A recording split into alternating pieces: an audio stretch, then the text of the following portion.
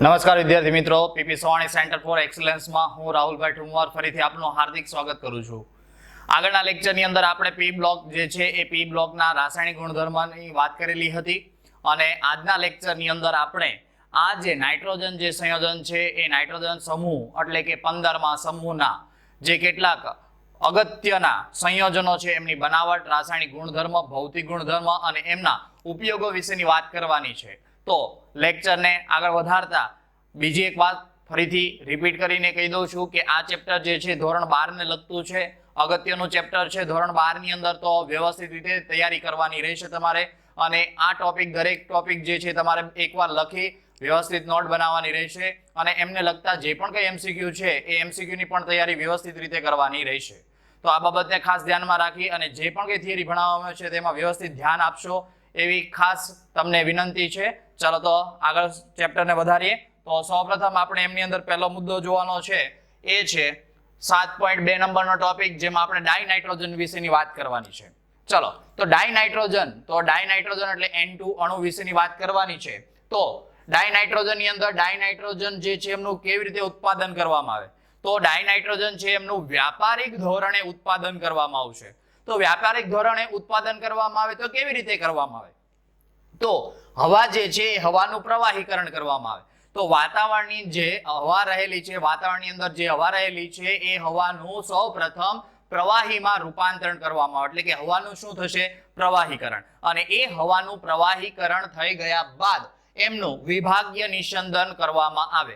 આપણે ધોરણ 10 ની અંદર પેટ્રોલ, ડીઝલ જે છે એ બધાનું આપણે વિભાગીય નિસ્યંદન કરેલું હતું કે જેને આપણે શોર્ટમાં પે ને કેડી ઉબડા આ રીતની શોર્ટકટ મેથડ દ્વારા આપણે યાદ રાખેલું હતું કે જેમનું ઉત્કલન બિંદુ જે છે એ નીચું હશે એ સૌપ્રથમ એમાં રૂપાંતરણ પામશે પ્રવાહીની અંદર, કે વાયુની પ્રવાહીની અંદર રૂપાંતરણ પામતું હોય. એટલે કે જેનું ગલન બિંદુ ઓછું હશે એ સૌપ્રથમ આપણને પ્રાપ્ત થશે. જેનું ઉત્કલન બિંદુ ઓછું હોય, ઓછું ઉત્કલન બિંદુ હશે એટલે ઝડપથી એનું વરાળની અંદર એટલે કે વાયુ અવસ્થાની અંદર રૂપાંતરણ થશે અને એ સૌપ્રથમ આપણને પ્રાપ્ત થશે. એટલે કે એને ઠંડુ પાડો એટલે સૌપ્રથમ આપણને પ્રાપ્ત થાય. ચાલો ધારો કે તમને 5 પદાર્થ આપેલા છે. એકનું તાપમાન 10°C છે, બીજાનું 20, ત્રીજાનું 30, ચોથાનું 40 અને પાંચમાનું 50. તો આ 5 જે પદાર્થો છે જેમના ઉત્કલન બિંદુ અલગ અલગ આપેલા હતા એમાંથી સૌપ્રથમ જે 10 ઉત્કલન બિંદુ જે છે જેનું એ પદાર્થ સૌપ્રથમ વાયુ અવસ્થામાં રૂપાંતરણ પામશે અને એ વાયુ અવસ્થામાં રૂપાંતરણ પામે તો એ વાયુને તમે ઠંડો પાડો તો એનું રૂપાંતરણ શેમાં થશે, તો પ્રવાહીમાં થશે. તો એ રીતે પછી કોણ આવશે, તો 20°C વાળું, ત્યાર પછી 30, ત્યાર પછી 40, ત્યાર પછી 50. તો આવી રીતે આપણે એ પદાર્થોનું શું કરતા હોય છે, અલગીકરણ, એટલે કે એને કહેવાય વિભાગીય નિસ્યંદન. તો એવી જ રીતે હવા જે હશે એમની અંદર ઘણા બધા વાયુઓ આવેલા હશે. તો એ બધા વાયુઓનું સૌપ્રથમ પહેલા તો હવાનું પ્રવાહીકરણ કરવામાં આવે અને એ પ્રવાહીકરણ કર્યા બાદ એનું વિભાગીય નિસ્યંદન કરવામાં આવે અને એ વિભાગીય નિસ્યંદન દ્વારા આપણને શું પ્રાપ્ત થાય છે, તો ડાયનાઇટ્રોજન વાયુ પ્રાપ્ત થતો હોય છે. તો પ્રથમ ડાયનાઇટ્રોજન વાયુ પ્રાપ્ત થાય. તો પ્રથમ ડાયનાઇટ્રોજન વાયુ શા માટે પ્રાપ્ત થાય, કારણ કે નાઇટ્રોજનનું ઉત્કલન બિંદુ કેટલું છે, તો 77.2 કેલ્વિન છે. પ્રવાહી ઓક્સિજન જે છે એમનું ઉત્કલન બિંદુ કેટલું, તો 90°. તો સૌપ્રથમ વાયુ જે છે એ હવા જે છે એમની અંદર જેમનું ઉત્કલન બિંદુ ઓછું હશે એ સૌપ્રથમ દૂર થશે. જેમનું ઉત્કલન બિંદુ વધુ હશે એ એના પછી દૂર થશે. તો હવે વાત કરીએ વાતાવરણની અંદર 78% પ્રમાણ જે છે ડાયનાઇટ્રોજન વાયુનું છે, 21% પ્રમાણ છે એ ડાયઓક્સિજન વાયુનું છે. તો સૌપ્રથમ પહેલા કોણ છૂટો પડે, તો જેનું ઉત્કલન બિંદુ ઓછું હોય એ છૂટો પડે. તો ડાયનાઇટ્રોજન જે છે એ ડાયનાઇટ્રોજનનું ઉત્કલન બિંદુ કેટલું છે, તો 77.2 કેલ્વિન જેટલું આપણને જોવા મળે છે. તો 77.2 કેલ્વિન જેટલું આપણને જોવા મળ્યું, 77.2 કેલ્વિન જેટલું ઉત્કલન બિંદુ આપણને જોવા મળ્યું. તો એ શું સાબિતી આપે કે એમનું ઉત્કલન બિંદુ નીચું છે.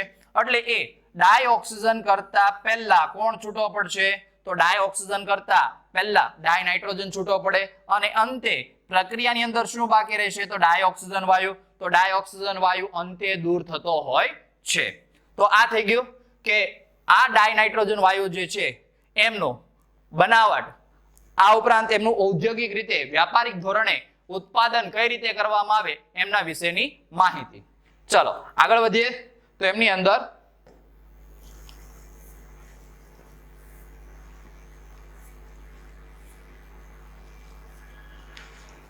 ત્યાર પછી છે એમની બીજી બનાવટ જે છે એ છે પ્રયોગશાળાની અંદર બનાવટ. તો પ્રયોગશાળાની અંદર ડાયનાઇટ્રોજન વાયુ કઈ રીતે બનાવવામાં આવે? ચલો તો પ્રયોગશાળાની અંદર ડાયનાઇટ્રોજન વાયુ બનાવવા માટે સૌપ્રથમ આપણે તો શું લેવું પડે? તો એમોનિયમ ક્લોરાઇડના જલીય દ્રાવણની, કોની? Ammonium chloride. ચાલો તો એમોનિયમ ક્લોરાઇડ નું સૂત્ર શું થશે? તો NH4Cl. એમોનિયમ ક્લોરાઇડ નું કેવું દ્રાવણ લેવાનું? તો જલીય એટલે કે એક્વિયસ જલીય દ્રાવણ લેવાનું. તેમની સોડિયમ નાઇટ્રાઇટ એટલે કે NaNO2 એમનું પણ જલીય દ્રાવણ લેવાનું. તો NaNO2 સાથે શું કરવામાં આવે? પ્રક્રિયા કરવામાં આવે. ચાલો તો NaNO2 સાથે જ્યારે પ્રક્રિયા થશે તો એ પ્રક્રિયા થાય તો આપણને શું પ્રાપ્ત થાય? નાઇટ્રોજન વાયુ. ચાલો તો પ્રક્રિયા લખીએ. તો અહીં આપેલી છે કે NH4Cl એક્વિયસ જલીય અવસ્થામાં છે, જેમની NaNO2 એટલે કે સોડિયમ નાઇટ્રાઇટ સાથે પ્રક્રિયા કરવામાં આવી. તો આ પ્રક્રિયા દરમિયાન શું દૂર થયું? તો N2 + 2H2O + NaCl. પણ આ પ્રક્રિયા આમ જોવા જઈએ તો હકીકતમાં કઈ રીતે થાય? તો અહીંયા શું હશે? તો NH4+ હશે, Cl- હશે, Na+ હશે અને NO2 કેવું હશે? માઇનસ. તો સૌપ્રથમ NH4Cl NaNO2 સાથે પ્રક્રિયા કરે તો એ સમય દરમિયાન NH4+, Cl-, Na+, NO2-. તો આમની અંદર પ્રક્રિયામાં સૌપ્રથમ આ NH4Cl NH4+ જે છે આ NO2- સાથે જોડાય એટલે હું બનાવી નાખે NH4NO2 બનાવી નાખશે, પ્લસ પ્રક્રિયાની અંદર Na+ જે કોની સાથે જોડાશે? Cl- સાથે. તો શું બનાવશે? NaCl. હવે આ જે પ્રક્રિયા થઈ એમાં આપણને પ્રાપ્ત થયું એમોનિયમ નાઇટ્રાઇટ. તો એમોનિયમ નાઇટ્રાઇટ જે છે એમને ગરમી આપવામાં આવે. Ammonium nitrite NH4NO2. તો NH4NO2 જે છે એમને ગરમી આપવામાં આવે તો એમનું શું થશે? તો વિઘટન. તો વિઘટન થાય તો શું બનાવે? તો N2 + 2H2O ના અણુ આપણને પ્રાપ્ત થાય. તો આ સંપૂર્ણ પ્રક્રિયા જો આપણે લખીએ તો પ્રક્રિયાની અંદર આ NH4NO2 હતું એનું તો અહીંયા શું થઈ ગયું? તો વિઘટન થઈ ગયું. તો વિઘટન થઈને શું મળ્યું? તો N2 + 2H2O. તો પ્રક્રિયાની અંતે એ જ વસ્તુ આપણને મળે છે N2 + 2H2O + NaCl. તો આ રીતે પ્રક્રિયા થઈ કે જેમાં NH4Cl NaNO2 સાથે પ્રક્રિયા કરે તો એ પ્રક્રિયા દરમિયાન N2 વાયુ પ્રાપ્ત થશે, પ્લસ પાણીનો અણુ છૂટો પડશે, પ્લસ NaCl નો અણુ આપણને પ્રાપ્ત થશે. આ ઉપરાંત આ પ્રક્રિયા દરમિયાન થોડા પ્રમાણમાં બીજું શું પ્રાપ્ત થાય? તો થોડા પ્રમાણમાં NO અને HNO3 પણ બનતું હોય છે. તો અહીંયા ખાસ જે કીધું છે ધ્યાનમાં આપજો કે પ્રક્રિયા દરમિયાન થોડા પ્રમાણમાં NO અને HNO3 પણ બને છે. તો આ બાબત ખાસ ધ્યાન રાખવી કે જ્યારે પ્રયોગશાળામાં એમોનિયમ ક્લોરાઇડની સોડિયમ નાઇટ્રેટ સાથે જ્યારે આપણે પ્રક્રિયા કરીએ છીએ તો એ પ્રક્રિયા દરમિયાન ડાયનાઇટ્રોજન વાયુ, પાણીનો અણુ, NaCl અને અલ્પ માત્રામાં NO અને HNO3 પણ આપણને પ્રાપ્ત થતા હોય છે. તો આ થઈ ગઈ એમની પ્રયોગશાળામાં બનાવટ. ચાલો સવાલ પૂછાય કે પ્રયોગશાળાની અંદર ડાયનાઇટ્રોજન વાયુની બનાવટ જણાવો, તો આટલું તમારે લખવાનું રહેશે. તો આ પ્રક્રિયામાં અંતે આપણને વસ્તુ પ્રાપ્ત થઈ NO અને HNO3 જે આપણને અશુદ્ધિ સ્વરૂપે પ્રાપ્ત થતું હોય. તો અહીંયા જે આપણને અશુદ્ધિ પ્રાપ્ત થઈ એ અશુદ્ધિઓને દૂર કરવી હોય તો એ અશુદ્ધિઓ સ્વરૂપે જે પણ કઈ વાયુઓ મળેલા હશે એ વાયુઓને આપણે દૂર કરવા હોય તો એ વાયુની પ્રક્રિયા આપણે પોટેશિયમ ડાયક્રોમેટ સાથે કરવી પડે. કોની સાથે કરવી પડે? પોટેશિયમ ડાયક્રોમેટ સાથે. ચલો પોટેશિયમ ડાયક્રોમેટ સાથે પ્રક્રિયા કરશો તો એ પોટેશિયમ ડાયક્રોમેટ નું દ્રાવણ શેમાં બનાવેલું હશે? તો જલીય સલ્ફ્યુરિક એસિડમાં દ્રાવણ બનાવેલું હશે. એમાં શું કરશું? તો એ અશુદ્ધિઓને પસાર કરશું. તો અશુદ્ધને એમની અંદર પસાર કરીએ તો એ અશુદ્ધિઓ આપણે શું કરી શકીએ છીએ? દૂર કરી શકીએ છીએ. અને આ પ્રક્રિયા દરમિયાન જે એમોનિયમ ડાયક્રોમેટ પણ બનવાની શક્યતા વધી જતી હોય છે. તો એમોનિયમ ડાયક્રોમેટ જે બને એ એમોનિયમ ડાયક્રોમેટનું આપણે શું કરી શકીએ છીએ? ઉષ્મીય વિઘટન અને એ એમોનિયમ ડાયક્રોમેટનું જ્યારે આપણે ઉષ્મીય વિઘટન કરીશું તો એમના ઉષ્મીય વિઘટન દ્વારા આપણે ડાયનાઇટ્રોજન વાયુ બનાવી શકીએ છીએ. તો જેમનું સમીકરણ અહીંયા નીચે મુજબ આપેલું છે કે આ જે પદાર્થ છે એ કયો છે? Ammonium dichromate. તો એમોનિયમ ડાયક્રોમેટને જ્યારે આપણે ગરમી આપીશું તો એ વિઘટન પામશે અને ગરમી આપવાથી જે વિઘટન પામ્યું એમને આપણે ઉષ્મીય વિઘટન પ્રક્રિયા તરીકે ઓળખતા હોઈએ છીએ. હવે આ પ્રક્રિયા દરમિયાન આપણે ઉષ્મા આપીએ છીએ તો એનો અર્થ એવો થઈ ગયો કે આ પ્રક્રિયા કેવી હશે? તો આ પ્રક્રિયા ઉષ્મા શોષક પ્રક્રિયા હશે કે જે પ્રક્રિયા દરમિયાન વિઘટન કરવા માટે આપણે શું કરવું પડી? ઉષ્મા આપવી પડી. તો ઉષ્મા જેવી આપીશું તો એનું રૂપાંતર શેમાં થશે? ડાયનાઇટ્રોજન વાયુ પ્લસ પાણીનો અણુ છૂટો પડશે પ્લસ ક્રોમિયમનો ઓક્સાઇડ આપણને પ્રક્રિયા દરમિયાન પ્રાપ્ત થતો હોય છે. તો આ રીતે આપણે પ્રયોગશાળાની અંદર જે એમોનિયમ ડાયક્રોમેટ જે છે એમનું વિઘટન કરી ડાયનાઇટ્રોજન બનાવી શકીએ છીએ. આ ઉપરાંત આગળ વાત કરી એ અનુસાર કે NH4Cl જે છે એ NH4Cl ની NaNO2 સાથે પ્રક્રિયા કરશો તો NaNO2 સાથે પ્રક્રિયા કરીને પણ આપણે ડાયનાઇટ્રોજન વાયુ બનાવી શકીએ છીએ. ચલો ત્યાર પછી આગળ વધીએ તો એમની અંદર શુદ્ધ સ્વરૂપમાં જો આપણે ડાયનાઇટ્રોજન વાયુ મેળવવું હોય, શુદ્ધ સ્વરૂપમાં ડાયનાઇટ્રોજન વાયુ મેળવવો હોય તો કઈ પ્રક્રિયાના આધારે આપણે શુદ્ધ સ્વરૂપમાં ડાયનાઇટ્રોજન મેળવી શકીએ? તો એમની અંદર આપેલું છે કે સોડિયમ અથવા તો બેરિયમના એઝાઇડ. કોના?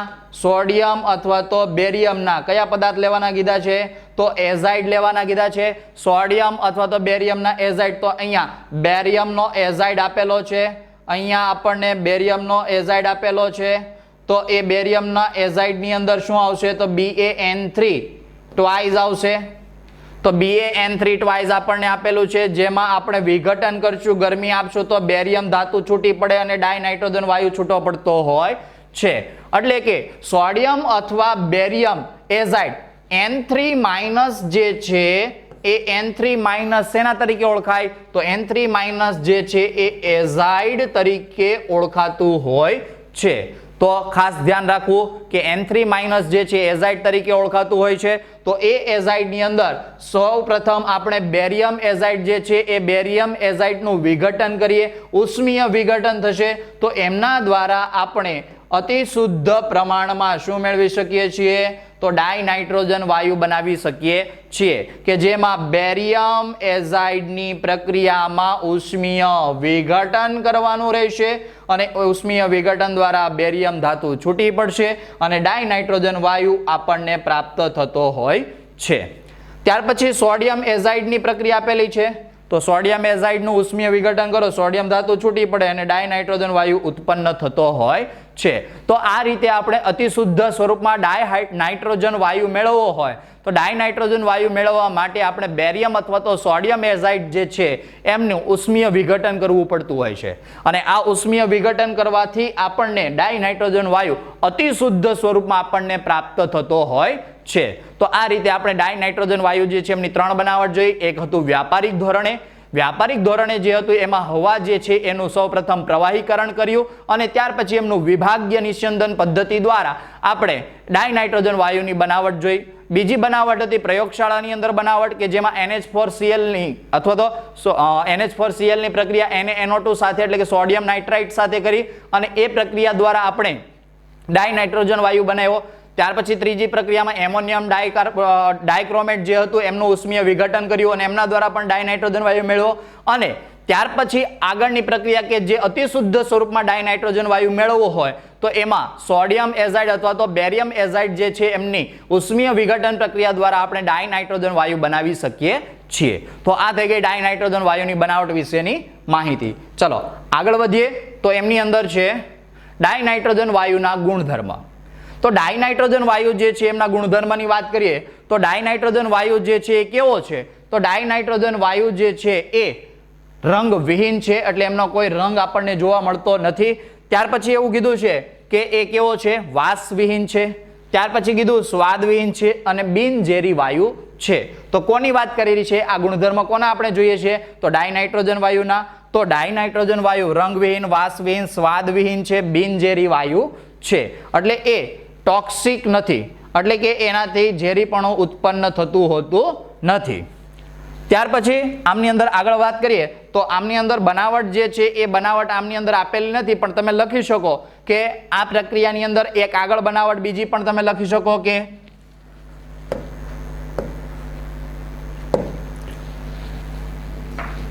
એમોનિયા જે છે એમોનિયા, આ એમોનિયાની પ્રક્રિયા ક્યુપ્રસ ઓક્સાઇડ સાથે કરવાની, CuO સાથે. કોની સાથે?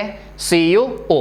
હવે CuO સાથે જ્યારે તમે પ્રક્રિયા કરશો તો આ પ્રક્રિયા દરમિયાન N2 પ્લસ Cu કોપર ધાતુ છૂટી પડશે પ્લસ પ્રક્રિયાની અંદર શું દૂર થશે?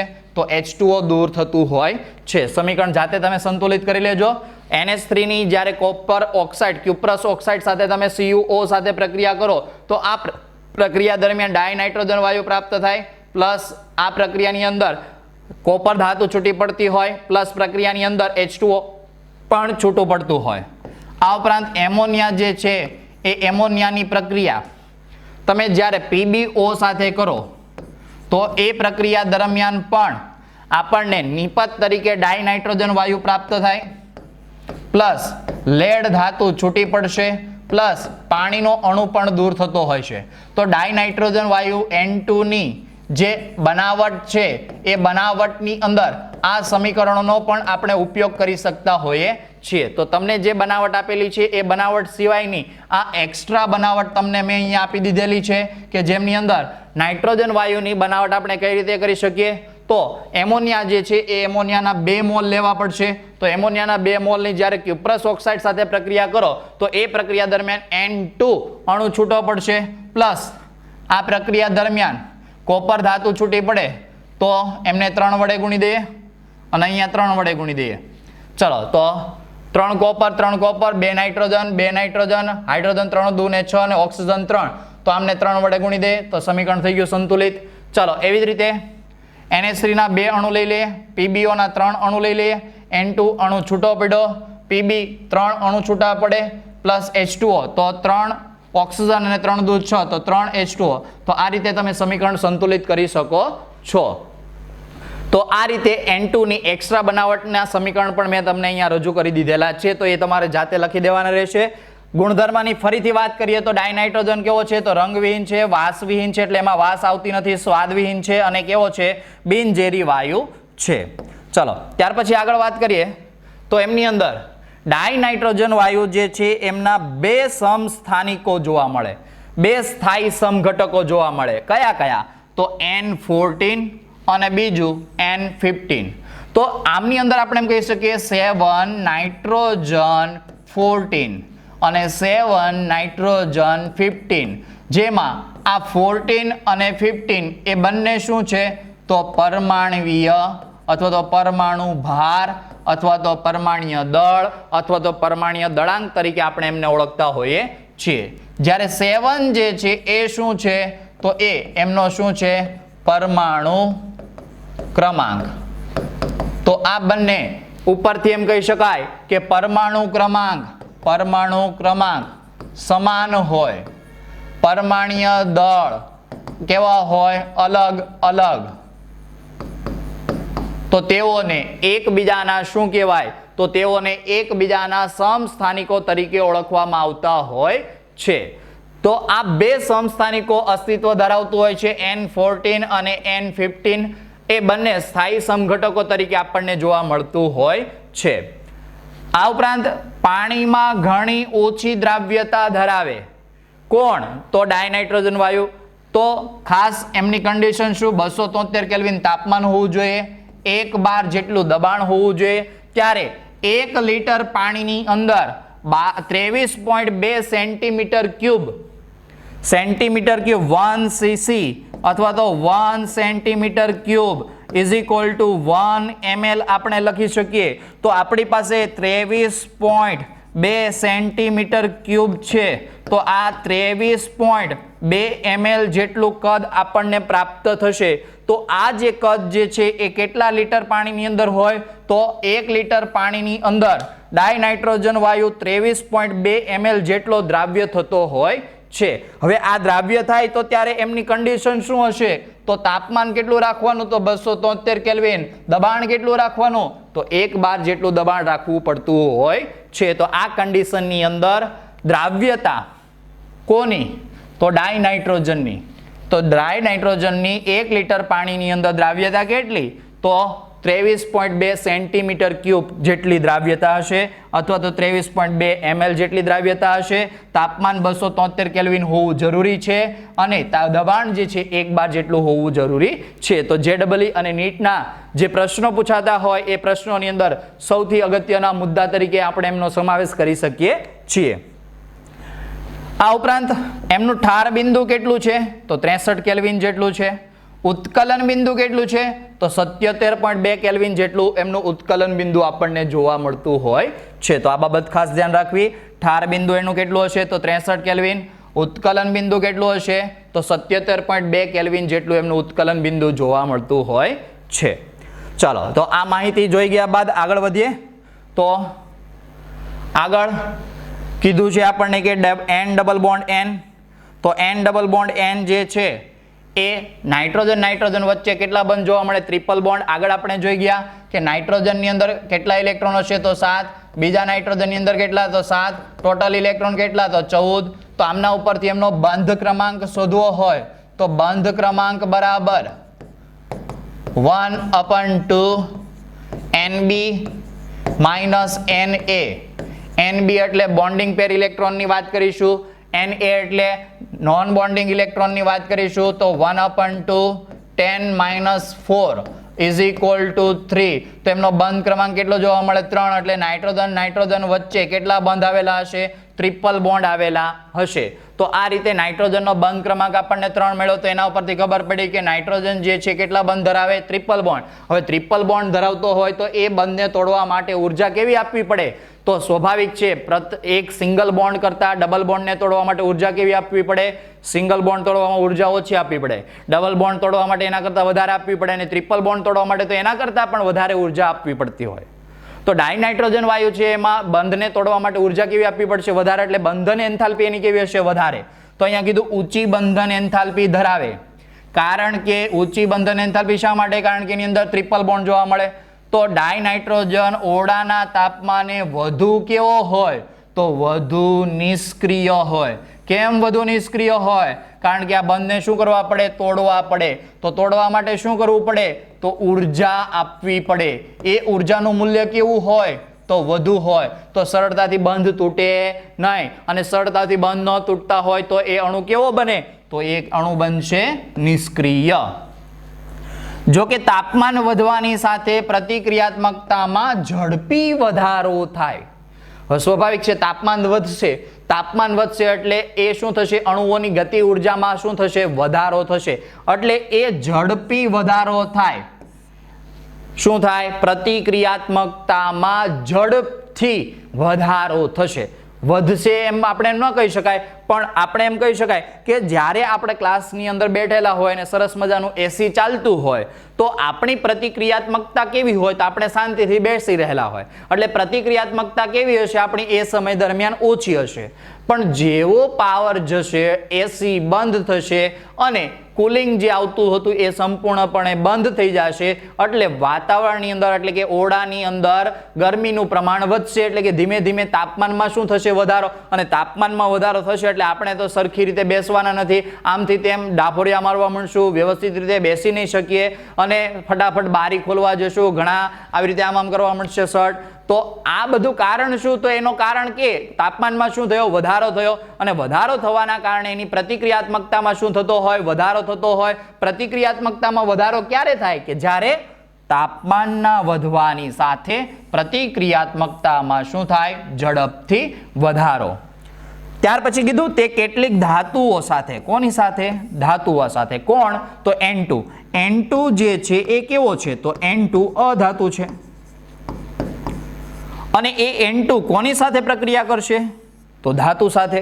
હવે N2 ધાતુ સાથે પ્રક્રિયા કરે ત્યારે એ કેવું બનાવે? આયનીય નાઇટ્રાઇડ બનાવતું હોય. કેવું બનાવતું હોય? આયનીય નાઇટ્રાઇડ. કારણ શું? કારણ કે અધાતુ કોની સાથે પ્રક્રિયા કરે? ધાતુ સાથે. અને અધાતુ જ્યારે ધાતુ સાથે પ્રક્રિયા કરે તો એ સમય દરમિયાન વિદ્યુત ઋણતાનો તફાવત જો વધુ હોય વિદ્યુત ઋણતાનો તફાવત કેવો હોય? વધુ. તો આ જે પણ કંઈ સંયોજન બને એ કેવું બનશે? તો આયનીય બનશે. આ બાબત ખાસ ધ્યાન રાખવી કે અધાતુની પ્રક્રિયા જ્યારે ધાતુ સાથે થાય ત્યારે વિદ્યુત ઋણતાનો તફાવત કેવો મળે? વધુ. અને વધુ મળે ત્યારે સંયોજન તમારું જે પણ કંઈ બનશે એ કેવું બનશે? આયનીય બનતું હોય છે. તો આ બાબત ખાસ ધ્યાન રાખવી. ત્યાર પછી કીધું અધાતુ સાથે.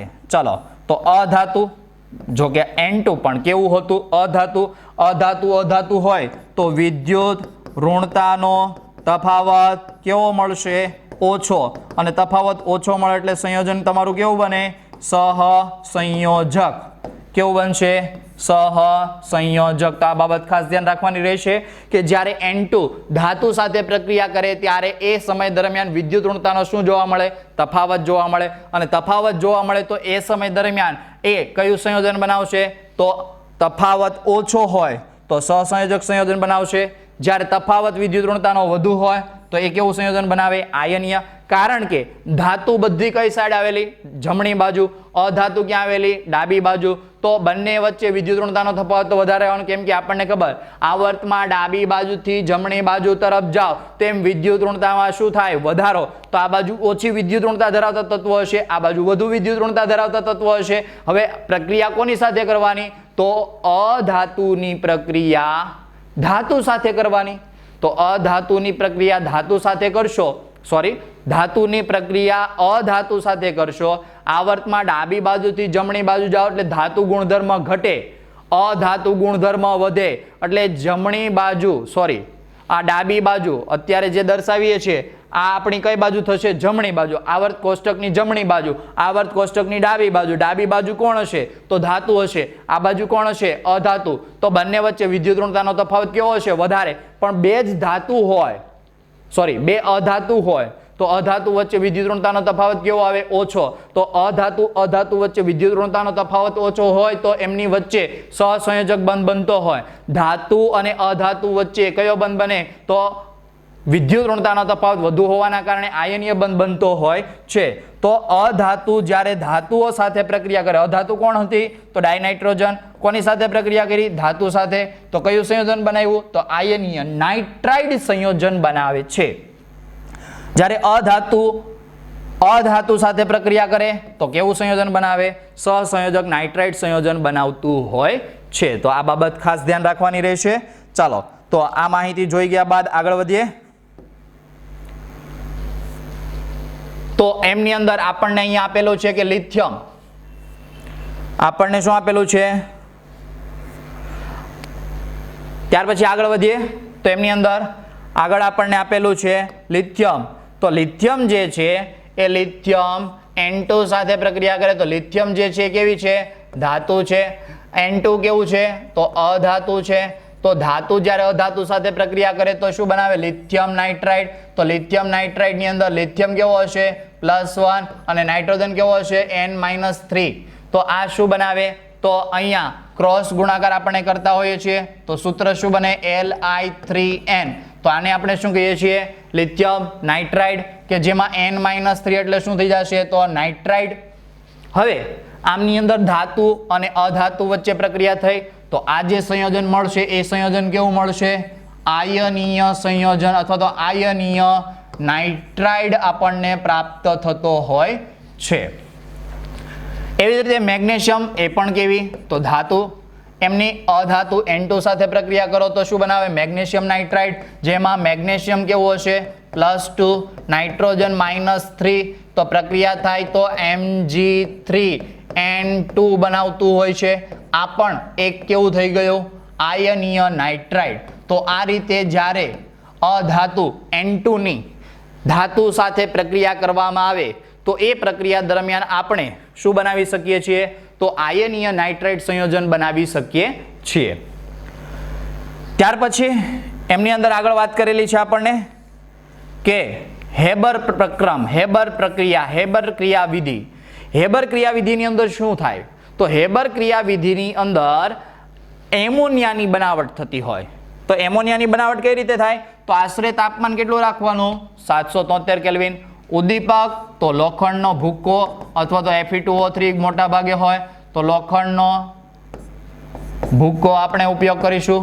ચલો તો લોખંડના ભૂક્કાનો આપણે ઉપયોગ કરીએ તો એ પ્રક્રિયા દરમિયાન શું થશે તો 773 કેલ્વિન જેટલું તાપમાન આપણે લાગુ પાડવાનું રહેશે અને એ તાપમાન લાગુ પાડીએ એમની સાથે સાથે ઉદ્દીપક કોણ વાપરવાનું રહેશે તો Fe ઉદ્દીપકનો ઉપયોગ કરીશું. એમની હાજરીમાં કોની સાથે પ્રક્રિયા કરવાની હાઇડ્રોજન સાથે કોણ જોડાશે તો N2 એટલે કે H2 કોની સાથે જોડાશે N2 સાથે તો H2N2 સાથે જોડાઈને શું બનાવી નાખતું હોય છે તો એમોનિયા બનાવે. ચાલો સમીકરણ અહીંયા આપી દીધું N2 ગેસ 3H2 ગેસ પ્રક્રિયા થઈ અને શું બનાવ્યું તો 2NH3. આ પ્રક્રિયા દરમિયાન ઉદ્દીપક કયો વાપરવાનો તો Fe. તાપમાન કેટલું લાગુ પાડવાનું તો 773 કેલ્વિન જેટલું તાપમાન લાગુ પાડવાનું. ચલો અને આ પ્રક્રિયા દરમિયાન આપણને એમોનિયા પ્રાપ્ત થયો તો એ સમય દરમિયાન -46.1 કિલો જૂલ પર મોલ જેટલી ઉર્જા ઉત્પન્ન થઈ. તો આ પ્રકારની જે પ્રક્રિયા છે કેવી હશે તો પ્રક્રિયા દરમિયાન ઉષ્મા શું થઈ ઉત્પન્ન એટલે ઉષ્મા ક્ષેપક પ્રકારની પ્રક્રિયા તરીકે આમને ઓળખવામાં આવતું હોય છે. ત્યાર પછી કીધું ડાયનાઇટ્રોજન માત્ર ઊંચા તાપમાન એટલે કે 2000 કેલ્વિન તાપમાને કોની સાથે જોડાય ડાયઓક્સિજન સાથે જોડાય શું બનાવી નાખતું હોય છે નાઇટ્રિક ઓક્સાઇડ. તો N2O2 સાથે પ્રક્રિયા કરે તો શું બનાવે 2NO ગેસ બનાવતું હોય છે. તો આ ડાયનાઇટ્રોજનના ગુણધર્મ છે કે જેમાં આપણને પહેલા કોની સાથે પ્રક્રિયા કરી હતી તો ધાતુ સાથે, પછી કોની સાથેની પ્રક્રિયા કરી તો હાઇડ્રોજન વાયુ સાથે. ઉદ્દીપકની હાજરીમાં 773 કેલ્વિન તાપમાને લગભગ અંદાજિત જો હું કહી શકું તો 212 જેટલું દબાણ પણ આમની અંદર લાગુ પાડવામાં આવતું હોય, અંદાજિત પાકું શ્યોર નથી.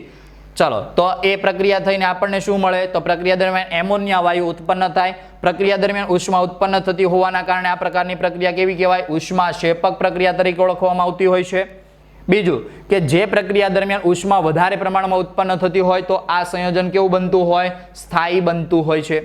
ત્યાર પછી કીધું ડાયનાઇટ્રોજન માત્ર ઊંચા તાપમાન એટલે કે 2000 કેલ્વિન તાપમાને ડાયઓક્સિજન સાથે જોડાય તો વાતાવરણની અંદર ડાયનાઇટ્રોજન વાયુ પણ હશે, ડાયઓક્સિજન વાયુ પણ હશે.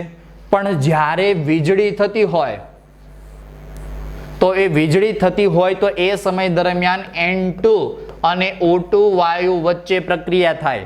તો એ વીજળી થાય તો એ સમય દરમિયાન બંને વચ્ચે પ્રક્રિયા થઈને એ NO નાઇટ્રિક ઓક્સાઇડ બનાવી નાખતું હોય છે. તો આ બાબત ખાસ ધ્યાન રાખવી. ઘણીવાર સવાલ પૂછી દે કે વીજળી થાય તો એ સમય દરમિયાન ડાયનાઇટ્રોજન વાયુ અને ડાયઓક્સિજન વાયુ વચ્ચે પ્રક્રિયા થઈને જે સંયોજન બને એ સંયોજનનો બંધ ક્રમાંક જણાવો. ચાલો તો નાઇટ્રોજન જે છે એમની અંદર કેટલા ઇલેક્ટ્રોન હોય 7, ઓક્સિજનની અંદર કેટલા હોય 8, 7 ને 8 કેટલા થઈ જશે તો 15. ચલો 15 ઇલેક્ટ્રોન તો 15 ઇલેક્ટ્રોન હોય તો એ સમય દરમિયાન બંધ ક્રમાંક માટે 1/2 બંધ ક્રમાંક માટે 1/2 કૌંસમાં બંધકારક ઇલેક્ટ્રોન 10, અબંધકારક કેટલા તો 5. તો બંધ ક્રમાંક કેટલો આવશે 2.5 જેટલો બંધ ક્રમાંક આપણને પ્રાપ્ત થશે. તો આ રીતે તમે બંધ ક્રમાંક વિશેની માહિતી આપે તો એ તમે શોધી શકો છો.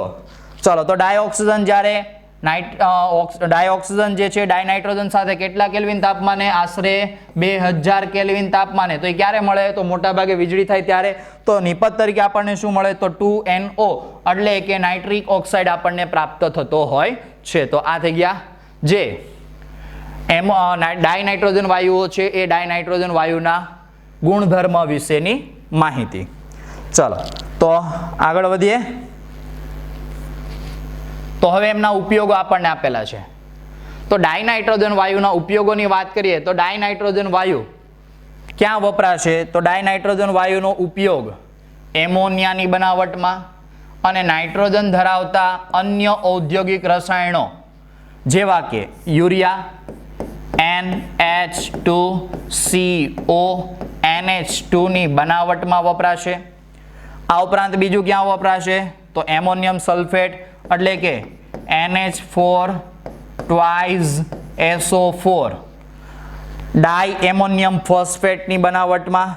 આ ઉપરાંત કેલ્શિયમ સાયનેમાઇડ એટલે કે કેલ્શિયમ કાર્બાઇડની જ્યારે તમે N2 સાથે પ્રક્રિયા કરો ત્યારે એ પ્રક્રિયા દરમિયાન કેલ્શિયમ સાયનેમાઇડ નિપજ તરીકે આપણને પ્રાપ્ત થતું હોય છે અને પ્લસ પ્રક્રિયા દરમિયાન કાર્બન ઉત્પન્ન થતો હોય.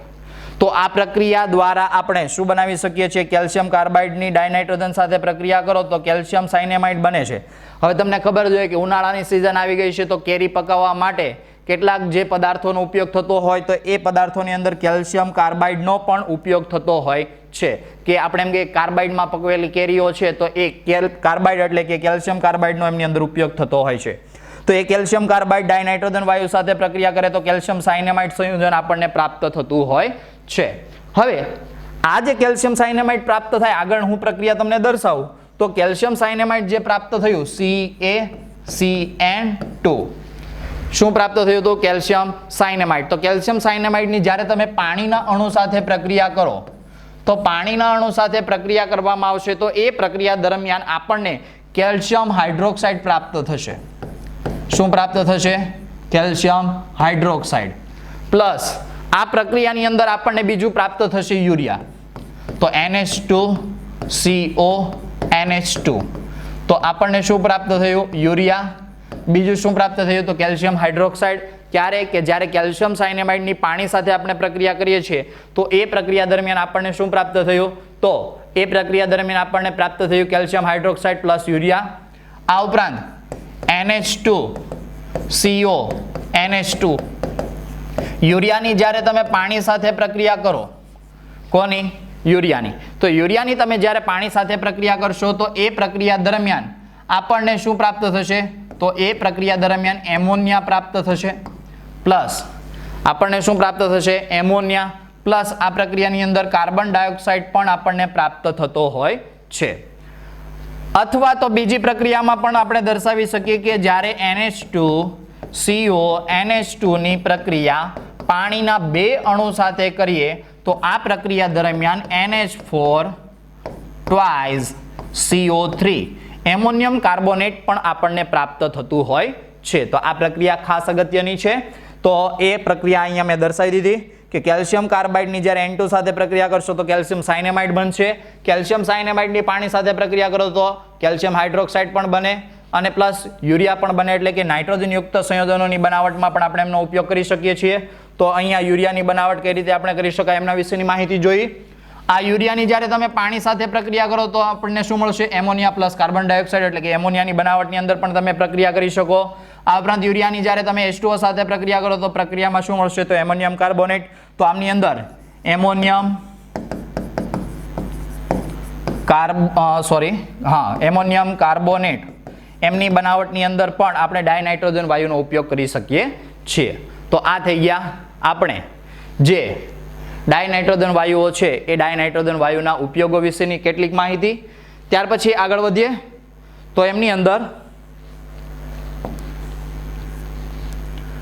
નિષ્ક્રિય વાતાવરણ જે છે એ નિષ્ક્રિય વાતાવરણ, તો લોખંડ જે સ્ટીલ ઉદ્યોગ છે એમાં પ્રતિક્રિયાત્મક રસાયણ કે જે ઝડપથી પ્રક્રિયા આપતા હોય એ ઝડપથી પ્રક્રિયા આપતા રસાયણ માટે નિષ્ક્રિય મંદક તરીકે કોનો ઉપયોગ થાય?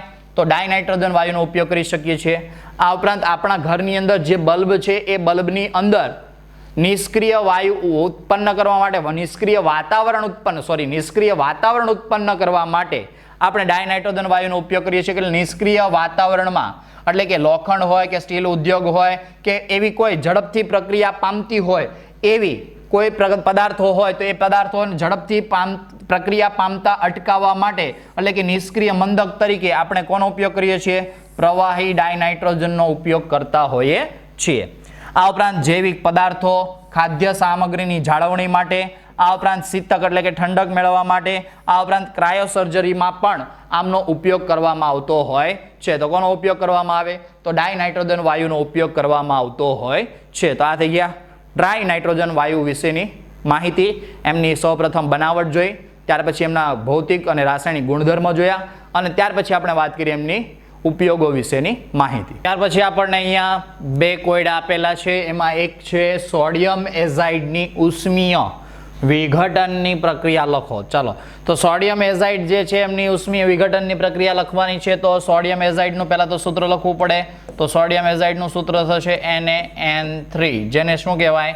તો એમને કહેવાય સોડિયમ એઝાઇડ. તો આ સોડિયમ એઝાઇડનું ઉષ્મીય વિઘટન કરવામાં આવે, તો ઉષ્મીય વિઘટન કરવામાં આવશે એટલે એને ગરમી આપવામાં આવે, તો ગરમી આપવામાં આવશે તો એમનું રૂપાંતર શેમાં થશે, તો ડાયનાઇટ્રોજન વાયુમાં રૂપાંતરણ થશે, પ્લસ આ પ્રક્રિયાની અંદર સોડિયમ ધાતુ છૂટી પડતી હોય છે. ચાલો તો સમીકરણને સંતુલિત કરવા માટે આને 2 વડે ગુણી દઈએ, તો સોડિયમને 2 વડે ગુણી દઈએ અને આમને 3 વડે ગુણી દઈએ, તો આ થઈ ગયું આપણું સમીકરણ સંતુલિત. ચાલો તો આ રીતે આપણે શું કરી શકીએ છીએ, તો સોડિયમ એઝાઇડનું ઉષ્મીય વિઘટન કરી શકીએ છીએ અને એ ઉષ્મીય વિઘટન દ્વારા આપણે શું મેળવી શકીએ છીએ, તો એ ઉષ્મીય વિઘટન દ્વારા આપણે નાઇટ્રોજન વાયુ મેળવી શકીએ છીએ અને સાથે સોડિયમ ધાતુ ઉત્પન્ન થતી હોય છે. તો આ થઈ ગયો કોયડા નંબર 7.3 વિશેની માહિતી. ત્યાર પછી આગળ વાત કરીએ તો લખાણ સંબંધિત આપણી પાસે એક બીજો પ્રશ્ન આપેલો છે, જેમાં 7.3 નંબરનો પ્રશ્ન છે કે ઓરડાના તાપમાને N2 શા માટે ઓછો પ્રતિક્રિયાત્મક છે. તો આગળ માહિતી જોઈ ગયા અનુસાર કે નાઇટ્રોજન જે છે એ N2 સ્વરૂપે હોય તો એમની અંદર નાઇટ્રોજન ટ્રિપલ બોન્ડ નાઇટ્રોજન જોવા મળતા હોય છે અને આ બંધને તોડવા માટે ઉર્જા આપવી પડે. એ બંધ એન્થાલ્પીનું મૂલ્ય કેવું હશે, તો બંધ એન્થાલ્પીનું મૂલ્ય કેવું હશે, તો મૂલ્ય વધુ હશે અને મૂલ્ય વધુ હોય તો એ ઓરડાના તાપમાને એને વધુ સરળતાથી આપણે તોડી શકતા હોતા નથી, કારણ કે ઓરડાના તાપમાને આ બંધને તોડવા માટે ઉર્જા જે છે એ ઉર્જા કેવી આપવી પડે, તો ખૂબ જ વધારે આપવી પડે, કારણ કે નાઇટ્રોજનની અંદર ટ્રિપલ બોન્ડ જોવા મળતો હોય છે અને એ ટ્રિપલ બોન્ડ જોવા મળતો હોવાના કારણે સરળતાથી એ બંધ તોડી શકાતો નથી. એટલા માટે એમ કહી શકાય કે ઓરડાના તાપમાને N2 જે છે એમની પ્રતિક્રિયાત્મકતા કેવી હશે, ઓછી હશે, કારણ કે આ બંધને તોડવા માટે ઉર્જા કેવી આપવી પડે, વધારે, એટલે આમની પ્રતિક્રિયાત્મકતા કેવી હશે, ઓછી આપણને પ્રાપ્ત થતી હોય છે. તો આ બે મુદ્દા કે જે 2 સવાલો આપણને આપેલા હતા એ સવાલો વિશેની માહિતી થઈ ગઈ. એમાં એક હતો સોડિયમ એઝાઇડનું ઉષ્મીય વિઘટન કે જેમાં NaN3 જે છે ઉષ્મીય વિઘટન પામશે તો એનું રૂપાંતર થશે ડાયનાઇટ્રોજન અને સોડિયમ ધાતુની અંદર. બીજો લખાણ સંબંધિત પ્રશ્ન હતો કે N2 જે છે એ ઓરડાના તાપમાને ઓછો પ્રતિક્રિયાત્મક છે. શા માટે, કારણ કે નાઇટ્રોજનની અંદર ટ્રિપલ બોન્ડ નાઇટ્રોજન આવેલો હશે, એ બંધને તોડવા માટે ઉર્જા વધારે આપવી પડે અને એ બંધ સરળતાથી આપણે તોડી શકતા નથી. એટલા માટે એમ કહી શકાય કે આ બંધને તોડવા માટે ઉર્જા કેવી આપવી પડે, વધારે, એટલે એની પ્રતિક્રિયાત્મકતા કેવી હશે, ઓછી, એટલે કે એ બીજા કોઈ સાથે જે પ્રક્રિયા કરતો હોય એ પ્રક્રિયા કેવી કરતો હોય, ખૂબ જ ધીમા દરથી કરતો હોય છે. ત્યાર પછીનો આગળનો ટોપિક છે એ છે એમોનિયા. તો એમની બનાવટ, ગુણધર્મ અને ઉપયોગો વિશેની વાત કરવાની છે. તો સૌપ્રથમ શરૂઆત કરીએ તો બનાવટ. તો ડાયનાઇટ્રોજન જે છે એ નાઇટ્રોજન યુક્ત કાર્બનિક પદાર્થના સડવાથી આપણે શું બનાવી શકીએ છીએ, એમોનિયા બનાવી શકીએ છીએ. તો ખાસ આમની અંદર યાદ રાખવાનું કે નાઇટ્રોજન વાયુ છે એ નાઇટ્રોજન વાયુ કેવો પાછો કાર્બનિક, એ કાર્બનિક પદાર્થના સડવાથી આપણે શું બનાવી શકીએ છીએ, તો એમોનિયા વાયુ બનાવી શકીએ છીએ. આ ઉપરાંત આથી હવા અને જમીનમાં ઓછી માત્રામાં શું રહેલું હોય, તો એ ઓછી માત્રામાં એમોનિયા રહેલો હોય છે. તો દાખલા તરીકે આપણે કોનું ઉદાહરણ આપી શકીએ, તો યુરિયા. આ યુરિયા હમણાં આગળ જ મેં વાત કરી હતી એ અનુસાર કે યુરિયા જે છે એમની તમે પાણી સાથે પ્રક્રિયા કરશો તો એ એમોનિયમ કાર્બોનેટ બનાવશે અને એ એમોનિયમ કાર્બોનેટનું ઉષ્મીય વિઘટન કરો એટલે ammonia plus H2O plus CO2 આપણે મેળવી શકીએ છીએ. કે જે પદાર્થ છે એમોનિયા એની બનાવટ કરવી છે તો એ બનાવટ કરવા માટે આપણે શું કરીશું, તો નાઇટ્રોજન યુક્ત કાર્બનિક પદાર્થ લેશું. એ કાર્બનિક પદાર્થ સડી જાય તો એમાંથી આપણે શું બનાવી શકીએ છીએ, એમોનિયા બનાવી શકીએ. કઈ રીતે, તો ઉદાહરણ આપણને આપી દીધેલું છે કે અહીંયા યુરિયા હશે, તો યુરિયા જે છે એ યુરિયાનો આપણે ઉપયોગ કરીએ તો યુરિયાના ઉપયોગ દ્વારા આપણે શું કરી શકીએ છીએ, તો યુરિયાના ઉપયોગ દ્વારા આપણે યુરિયાનું પાણી સાથે પ્રક્રિયા કરો એટલે આપણને શું મળે, તો એ આપણને મળશે એમોનિયમ કાર્બોનેટ. તો એમોનિયમ કાર્બોનેટ જે પ્રાપ્ત થાય છે એ એમોનિયમ કાર્બોનેટનું પાછું શું કરવાનું રહેશે, તો ઉષ્મીય વિઘટન. અને એ ઉષ્મીય વિઘટન કરો એટલે આપણને શું પ્રાપ્ત થાય, તો એ ઉષ્મીય વિઘટન કરવાનું થાય તો ઉષ્મીય વિઘટન જેવું કરશો તો આપણને નિપજ તરીકે મળશે એમોનિયા. હવે એમોનિયા પ્રાપ્ત થઈ ગયો, કારણ કે આપણે તો એમોનિયાની બનાવટ જોવાની હતી તો એમોનિયા તો આપણને સરળતાથી શું થઈ ગયો, પ્રાપ્ત થઈ ગયો. ચાલો તો આ રીતે આપણે વધુ સરળતાથી એમોનિયમ કાર્બોનેટનું ઉષ્મીય વિઘટન કરી અને એમોનિયા બનાવી શકીએ છીએ. ત્યાર પછી આગળ વધીએ તો એમની અંદર આગળ આપણને આપેલું છે કે નાના પાયા પર જો આપણે એમોનિયા બનાવવો હોય તો એ ક્યાંથી મળે?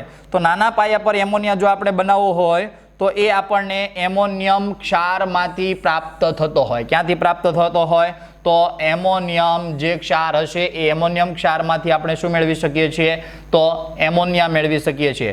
ચાલો, તો જ્યારે આ ક્ષારોની કોસ્ટિક સોડા અથવા તો કેલ્શિયમ હાઇડ્રોક્સાઇડ, કોસ્ટિક સોડા એટલે NaOH અને કેલ્શિયમ હાઇડ્રોક્સાઇડ એટલે CaOH ટ્વાઇસ. તો કેલ્શિયમ હાઇડ્રોક્સાઇડ અથવા તો કોસ્ટિક સોડા સાથે પ્રક્રિયા કરવામાં આવે છે તો આ પ્રક્રિયા દરમિયાન આપણને શું પ્રાપ્ત થાય? તો પ્રક્રિયા કરવામાં આવે તો એમોનિયમ ક્ષાર વિઘટન પામે. એમોનિયમ ક્ષાર વિઘટન પામે તો કઈ રીતે? તો એમોનિયમ ક્લોરાઇડ હતો, તો એમોનિયમ ક્ષાર હતો તો એમોનિયમ ક્લોરાઇડ સ્વરૂપે હતો. એમની કેલ્શિયમ હાઇડ્રોક્સાઇડ સાથે આપણે પ્રક્રિયા કરી તો એ પ્રક્રિયા દરમિયાન એમોનિયા પ્લસ પાણી અને CaCl2 આપણને પ્રાપ્ત થતો હોય. તો આ પ્રક્રિયામાં શું થયું? તો આ પ્રક્રિયામાં હકીકતમાં શું થશે? તો NH4 plus Cl minus Ca+2 અને OH માઇનસ. તો આ NH4 પ્લસ OH માઇનસ સાથે જોડાશે, કેલ્શિયમ ક્લોરીન સાથે જોડાઈ જશે. તો આ પ્રક્રિયા દરમિયાન શું બને? તો NH4 ટ્વાઇસ અથવા તો આ પ્રક્રિયા દરમિયાન આપણને મળશે NH4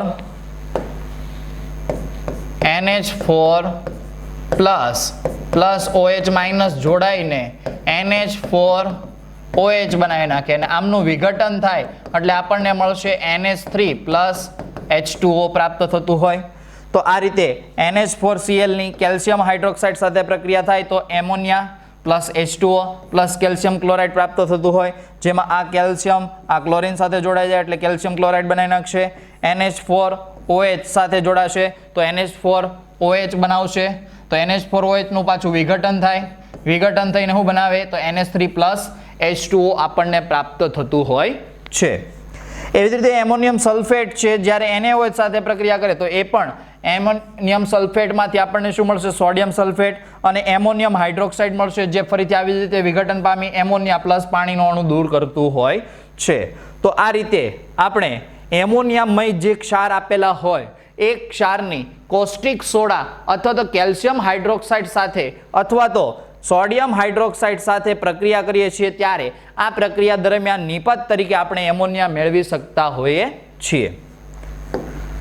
ત્યાર પછી આગળ જોઈએ તો મોટા પાયા પર એમોનિયા આપણે બનાવવો હોય તો મોટા પાયા પર એમોનિયા બનાવવા માટે કઈ પદ્ધતિ ઉપયોગ કરવામાં આવે? તો મોટા પાયા પર એમોનિયા બનાવવા માટે હેબર પ્રક્રિયાનો ઉપયોગ કરવામાં આવે, હેબર પ્રોસેસનો ઉપયોગ કરવામાં આવે. તો એમાં શું થાય? તો ડાયનાઇટ્રોજન વાયુ ડાયહાઇડ્રોજન વાયુ સાથે પ્રક્રિયા કરશે અને એમોનિયા વાયુ ઉત્પન્ન કરશે.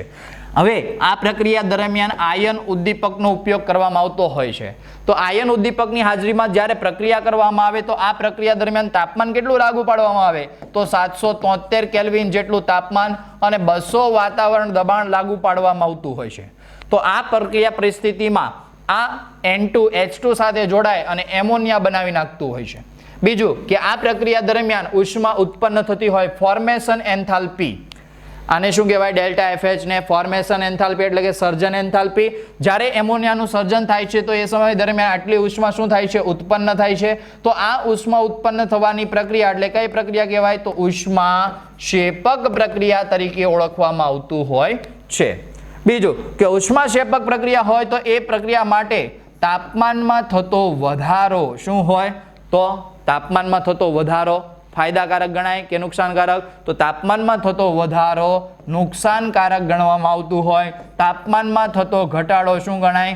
ફાયદાકારક ગણવામાં આવતો હોય છે. એવી જ રીતે ઉષ્મા શોષક પ્રક્રિયાની વાત કરીએ તો ઉષ્મા શોષક પ્રક્રિયા માટે તાપમાનમાં થતો વધારો શું કહેવાય? ફાયદાકારક. જ્યારે તાપમાનમાં થતો ઘટાડો શું કહેવાય? નુકસાનકારક. હવે આ પ્રક્રિયા જે છે એમાં ઉષ્મા ઉત્પન્ન થાય છે, એમનું મૂલ્ય માઇનસ મળે છે.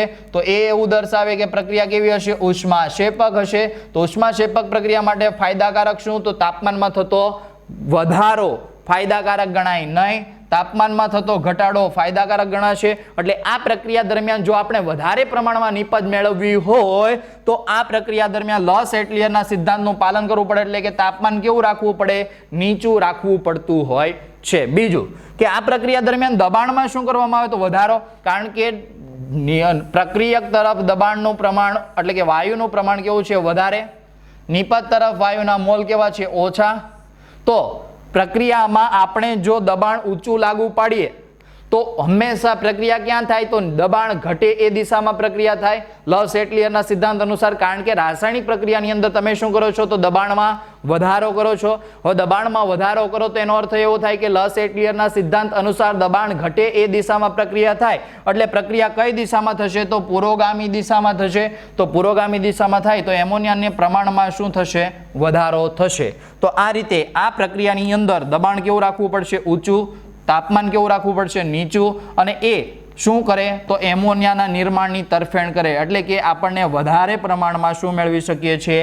એમોનિયા મેળવી શકીએ છીએ. તો હેબર વિધિની અંદર ખાસ બાબત ધ્યાનમાં રાખવાની રહેશે કે N2 + 3H2 it gives 2NH3 પ્રક્રિયાની અંદર તાપમાન નીચું રાખવામાં આવશે, દબાણ ઊંચું રાખવામાં આવશે. તો એ પ્રક્રિયા થશે આયન ઉદ્દીપકની હાજરીમાં અને એ પ્રક્રિયા થઈને આપણને નિપજ વધારે પ્રમાણમાં આપણે મેળવી શકીએ છીએ. ત્યાર પછી આગળ વધીએ તો એમોનિયાના ઉત્પાદન માટેની અનુકૂળ પરિસ્થિતિ શું હોવી જોઈએ? તો એમોનિયાના ઉત્પાદન માટેની અનુકૂળ પરિસ્થિતિનું નિર્માણ આપણને અહીંયા કરીને આપેલું છે. તો એમની અંદર આપણે એમોનિયાના ઉત્પાદન માટેની અનુકૂળ પરિસ્થિતિમાં 200 × 10⁵ પાસ્કલ એટલે 200 atm જેટલું દબાણ હોવું જરૂરી છે અને 700 કેલ્વિન તાપમાન જરૂરી હોવું છે. આ ઉપરાંત થોડા પ્રમાણમાં K2O અને Al2O3 એ જે છે એ પ્રવર્ધક તરીકેનું કામ કરશે. પ્રવર્ધક એટલે શું? તો ઉદ્દીપક જે છે એ ઉદ્દીપકનું કાર્ય શું? તો રાસાયણિક પ્રક્રિયાના વેગમાં વધારો કરે, પ્રક્રિયામાં ભાગ લે નહીં, પણ એ રાસાયણિક પ્રક્રિયાના વેગમાં શું કરે છે? વધારો કરે છે. કોણ? તો ઉદ્દીપક. તો ઉદ્દીપક ધારો કે જે રાસાયણિક પ્રક્રિયા કરતું હોય એના વેગમાં શું કરતું હોય? વધારો. પણ એ વેગમાં હજી વધારો કરવો હોય કે જે આયન ઉદ્દીપક વાપરીએ છીએ એ આયન ઉદ્દીપકનો જે વેગ છે એ વેગમાં હજુ પણ તમારે જો વધુ વધારો કરવો હોય તો એના માટે જે પદાર્થ ઉમેરવામાં આવે એને પ્રવર્ધક તરીકે ઓળખવામાં આવતો હોય છે. તો એ પ્રવર્ધક તરીકે આપણે કોનો ઉપયોગ કરીશું? તો Al2O3 અથવા તો K2O નો આપણે ઉપયોગ કરીએ છીએ. આ ઉપરાંત એવું કીધું કે આયન ઓક્સાઇડ એટલે કે મેગ્નેટાઇટ ખનિજ તરીકે ઓળખાતી હોય. કોણ? આયન ઓક્સાઇડ મેગ્નેટાઇટ ખનિજ તરીકે ઓળખાતી હોય તેનો આપણે શેના તરીકે ઉપયોગ કરી શકીએ છીએ? તો ઉદ્દીપક તરીકે ઉપયોગ કરી શકીએ છીએ કે જેથી સંતુલન અવસ્થા પ્રાપ્ત કરવાના વેગમાં શું કરી શકાય? વધારો કરી શકાય છે. તો વેગ કેવો થશે? ઝડપી બનશે. કારણ કે પ્રક્રિયામાં આયન ઉદ્દીપક તો વાપરતા હતા, તો એ આયન ઉદ્દીપક વાપરવાની સાથે સાથે એનો વેગ જે વધતો હતો એના કરતા હજુ વધારે વેગમાં શું કરવો હોય? વધારો. તો એના માટે આપણે શું કરવું પડે? પ્રમોટર્સ એટલે કે એ પ્રવર્ધકનો ઉપયોગ કરવો પડતો હોય છે કે જે ઉદ્દીપકના વેગમાં હજુ શું કરે? વધારો કરતો હોય. તો અગાઉ આયન ઉદ્દીપક તરીકે અને હવે મોલિબ્ડેનમ જે છે એ શેના તરીકે વપરાશે? પ્રવર્ધક તરીકે. એટલે આયન જે છે એ ઉદ્દીપક હતું, એ ઉદ્દીપક શું કરતું હતું? રાસાયણિક પ્રક્રિયાના વેગમાં શું કરતું હતું? વધારો. અને એ વેગમાં હજુ વધારો કરવો હોય તેના માટે કોનો ઉપયોગ થાય? મોલિબ્ડેનમ. મોલિબ્ડેનમનો ઉપયોગ કરવાનો રહેશે. તો મોલિબ્ડેનમ જે છે એ ધાતુનો ઉપયોગ કરવામાં આવશે તો પ્રવર્ધક તરીકે વર્તશે. જે આયનના ઉદ્દીપકના ગુણધર્મમાં જે ગુણધર્મ વેગમાં વધારો કરવાનો હતો એમાં હજુ વધુ વધારો કરશે. કોણ? તો પ્રવર્ધક. તો પ્રવર્ધક તરીકેનું કામ કોણ કરશે? તો મોલિબ્ડેનમ એમાં કામ કરતું હોય છે. તો આ રીતે એમોનિયાનો ઉત્પાદન માટેની અનુકૂળ પરિસ્થિતિ જણાવો. તો અનુકૂળ પરિસ્થિતિની અંદર આપણે ખાસ એક બાબત યાદ રાખવાની રહેશે કે તાપમાન કેવું રાખવાનું? નીચું. દબાણ કેવું રાખવાનું? ઊંચું. 200 વાતાવરણ જેટલું દબાણ, 700 કેલ્વિન જેટલું અથવા તો 773 કેલ્વિન જેટલું તાપમાન આપણે લાગુ પાડતા હોઈએ છીએ. આ ઉપરાંત K2O અને Al2O જે છે એ ઉપયોગ આપણે પ્રવર્ધક તરીકે ઉપયોગ કરતા હોય. આ ઉપરાંત આયનના ઓક્સાઇડનો પણ ઉપયોગ ઉદ્દીપક તરીકે કરતા હોય છે અથવા તો આયનનો ઉદ્દીપક તરીકે ઉપયોગ કરતા હોય ને એમાં મોલિબ્ડેનમ જે છે એ પ્રવર્ધક તરીકે વપરાતું હોય છે. તો આ અનુકૂળ પરિસ્થિતિ વિશેની માહિતી થઈ ગઈ. ચલો ત્યાર પછી આગળ વધીએ તો આ આપણને એક એમોનિયા બનાવવાનો ચાર્ટ આપેલો છે કે સૌપ્રથમ અહીંયાથી હાઇડ્રોજન વાયુ અને નાઇટ્રોજન વાયુ દાખલ થશે અને એ દાખલ થશે તો અહીંયા કોમ્પ્રેસર ની અંદર એ ઉમેરાય. તો કોમ્પ્રેસર ની અંદર જેવું ઉમેરાશે તો એ કોમ્પ્રેસર ની અંદર શું હોય? તો એ કમ્પ્રેસ થશે એટલે કે દબાણ લાગુ પાડવામાં આવતું હોય. તો કેટલું? તો 200 વાતાવરણ જેટલું દબાણ લાગુ પાડવામાં આવતું હોય અથવા તો 20 મેગા પાસ્કલ જેટલું દબાણ લાગુ પાડવામાં આવતું હોય. તો એ દબાણ લાગુ પાડવામાં આવે તો એ ક્યાં જશે? તો અહીંયાથી પાછો અહીંયા જશે, જ્યાં ઉદ્દીપક આયન ઓક્સાઇડ હશે. આ ઉપરાંત Al2O3 ને K2O પ્રવર્ધક તરીકે વર્તતા હોય તો એમની વચ્ચે પ્રક્રિયા થાય, N2H2 વચ્ચે પ્રક્રિયા થઈને આપણને શું મળશે? એમોનિયા પ્રાપ્ત થશે. અને એ એમોનિયા અહીંયા શું થશે? તો એમનું પ્રવાહીકરણ થશે. અને આ પ્રક્રિયાની અંદર ભાગ લીધા વગરના જે વપરાયા વગરના N2 અને H2 હશે એ ફરીથી વાતાવરણમાં ઉપર જશે, ત્યાંથી પંપ મારફતે ફરીથી અહીંયા આવશે. તો આ રીતે આપણે શું બનાવી શકીએ છીએ? તો N2 અને H2 જે પ્રક્રિયામાં ભાગ લીધા વગરના હતા ફરીથી એ રૂપાંતરણ પામશે એમોનિયાની અંદર, ને એ એમોનિયા અહીંયા પ્રવાહી સ્વરૂપે આપણને ફરીથી પ્રાપ્ત થતો હોય છે. તો આ થઈ ગયું એમના ચાર્ટ વિશેની માહિતી કે એમોનિયા કઈ રીતે બનાવી શકાય. તો અહીંયા N2 અને H2 દાખલ થશે, દબાણ લાગુ પડશે, દબાણ લાગુ પડીને એ ઉદ્દીપક આયન ઓક્સાઇડ સાથે પ્રક્રિયા કરશે, પ્રવર્ધક સાથે પ્રક્રિયા કરી તાપમાન 700 કેલ્વિન કરતાં વધારે રાખવામાં આવશે અને પ્રક્રિયા થઈ અને એમોનિયા વાયુ પ્રવાહી સ્વરૂપે પ્રાપ્ત થાય. પ્રક્રિયામાં ભાગ લીધા વગરનો વપરાયા વગરનો N2 અને H2 ફરીથી અહીંયાથી ઉપર જશે, જ્યાં પંપ મારફતે ફરીથી અહીંયા ઉમેરાશે અને પ્રક્રિયામાં ફરીથી ભાગ લઈ અને પ્રવાહી એમોનિયા આપણને પ્રાપ્ત થતું હોય છે. ત્યાર પછી આગળ વાત કરીએ તો આમના ગુણધર્મ કે એમોનિયા કેવા ગુણધર્મ ધરાવે? તો તીવ્ર વાસ ધરાવે, રંગવિહીન વાયુ છે અને વાયુ સ્વરૂપમાં આપણને મળી આવે. ઠાર બિંદુ કેટલું? તો 198.4 કેલ્વિન. ઉત્કલન બિંદુ કેટલું? તો 239.7 કેલ્વિન.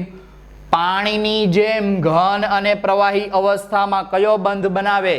એમોનિયા પાણીની જેમ પ્રવાહી અને ઘન અવસ્થામાં કયો બંધ બનાવશે? હાઇડ્રોજન બંધ. જેના કારણે એમનું ગલન બિંદુ અને ઉત્કલન બિંદુ જે આપણે ધારેલું હશે એના કરતાં કેવું મળશે? વધુ હોય છે. શા માટે વધુ હોય?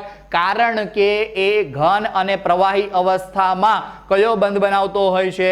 તો હાઇડ્રોજન બંધ બનાવતો હોય છે, જે આપણે આગળના ચેપ્ટરની અંદર ભણી જ ગયા છીએ હાઇડ્રોજન બંધ વિશેની માહિતી. ચાલો ત્યાર પછી આગળ વાત કરીએ તો એમનું બંધારણ. તો એમોનિયા અણુ કેવું બંધારણ ધરાવે? ત્રિકોણીય પિરામિડ. કારણ? તો કારણની વાત કરીએ તો નાઇટ્રોજનની બાહ્યતમ કક્ષામાં કેટલા ઇલેક્ટ્રોન હોય? 5. 5માંથી 3 ઇલેક્ટ્રોન જે છે એ 3 ઇલેક્ટ્રોન હાઇડ્રોજન સાથે બંધ બનાવી દેશે. તો આ રીતનું આપણને ત્રિકોણીય પિરામિડ જેવું બંધારણ જોવા મળશે, જેમાં એક હાઇડ્રોજન અહીંયા, એક હાઇડ્રોજન અહીંયા અને એક હાઇડ્રોજન અહીંયા. ઉપર જે આવેલી હશે એ શું આવેલી હશે? Lone pair. અહીંયા વચ્ચે કોણ આવેલું હશે? તો નાઇટ્રોજન. નાઇટ્રોજનની ઉપર શું આવેલું હશે? Lone pair. નીચે 3 હાઇડ્રોજન જોડાયેલા હશે. તો એમાં આ જે બંધ કોણ જોવા મળે કેટલો જોવા મળે? 107.8 અંશનો જોવા મળતો હોય છે. કેટલો જોવા મળે? 107.8 અંશનો બંધ કોણ આપણને જોવા મળતો હોય છે. નાઇટ્રોજન હાઇડ્રોજન વચ્ચેની બંધ લંબાઈ કેટલી હશે? તો 101.7 પિકોમીટર જેટલી આપણને બંધ લંબાઈ જોવા મળતી હોય છે. ત્યાર પછી વાત કરીએ તો નાઇટ્રોજન જે છે એ નાઇટ્રોજન એક એના ઉપર શું આવેલી હશે? Lone pair. એક લોન પેર આવેલી હશે અને 3 હાઇડ્રોજન સાથે બોન્ડિંગ પેર આવેલી હશે. તો લોન પેર અને બોન્ડિંગ પેરનો સરવાળો LP, lone pair plus bonding pair બંનેનો સરવાળો કેટલો થાય? તો lone pair 1, bonding pair 3, total સરવાળો 4. તો આના ઉપરથી એમ કહી શકાય કે આમનું સંકરણ કયું હશે? sp3. sp3 સંકરણ હોય તો બંધ કોણ કેટલો હોવો જોઈએ? 109.28 કળા હોવો જોઈએ. પણ એના કરતાં કેવો જોવા મળ્યો? ઓછો. તો એનું કારણ શું? કારણ કે આ લોન પેર અને બોન્ડિંગ પેર વચ્ચે, લોન પેર અને બોન્ડિંગ પેર વચ્ચે શું જોવા મળે? અપાકર્ષણ. અને એ અપાકર્ષણના કારણે બંધ કોણ 109.28 કળામાંથી ઘટીને 107.8 અંશ જેટલો આપણને પ્રાપ્ત થતો હોય છે. તો એના માટે જવાબદાર કોણ ગણવામાં આવે? તો લોન પેર બોન્ડિંગ પેર વચ્ચેનું અપાકર્ષણ. તો અહીંયા કીધું કે એમોનિયા અણુ કેવો આકાર ધરાવે? તો ત્રિકોણીય પિરામિડ આકાર ધરાવે, જેના શીર્ષ પર નાઇટ્રોજન પરમાણુ હોય છે, 3 બંધકારક ઇલેક્ટ્રોન યુગ્મ અને 1 અબંધકારક ઇલેક્ટ્રોન યુગ્મ આવેલો છે. તો આ જે છે એ કેવી કહેવાશે? બંધકારક એટલે બોન્ડિંગ પેર. આ પણ કેવી કહેવાશે? બોન્ડિંગ પેર. આ પણ કેવી કહેવાય? બોન્ડિંગ પેર. અને આ કેવી કહેવાય? Lone pair. તો એક ઇલેક્ટ્રોન જે અબંધકારક હશે તો એ આ થઈ ગયું લોન પેર. 3 બંધકારક હશે તો એ આ 3 હાઇડ્રોજન સાથેના બંધ આપણે દર્શાવેલા છે. ત્યાર પછી આગળ વાત કરીએ તો એમોનિયા વાયુ પાણીમાં કેવો છે? વધુ દ્રાવ્ય હોય છે. OH- આયન બનવાના કારણે તેનું જલીય દ્રાવણ કેવું હોય? બેઝિક હોય. કારણ કે એમોનિયા જ્યારે પાણી સાથે પ્રક્રિયા કરશે એટલે NH4+ આયન અને OH માઇનસ આયન બનાવશે અને OH માઇનસ આયન બનવાના કારણે આ દ્રાવણ તમારું જે બનશે એ દ્રાવણ કેવું બનશે? બેઝિક સ્વભાવ ધરાવતું બનતું હોય છે. તે એસિડ સાથે એમોનિયમ ક્ષાર બનાવે. ચાલો ઉદાહરણ તરીકે આપીએ કે NH3 જે છે એ NH3HCl સાથે પ્રક્રિયા કરે તો એ પ્રક્રિયા દરમિયાન શું બનાવી નાખતું હોય છે? તો NH4Cl. તો NH4Cl ની બનાવટ થઈ ગઈ. NH3 જે છે એ NH3 જ્યારે H2SO4 સાથે પ્રક્રિયા કરતું હોય તો H2SO4 સાથે પ્રક્રિયા કરે તો શું બનાવે? તો NH4 twice SO4 ammonium sulphate. એટલે આમના બે અણુ લઈ લે તો સમીકરણ સંતુલિત થઈ ગયું. તો એ રીતે એમોનિયમ સલ્ફેટનો આપણે બનાવટ કરી શકીએ છીએ. તો આ થઈ ગઈ એમના વિશેની માહિતી. ફરીથી એમોનિયા વાયુ પાણીમાં કેવો?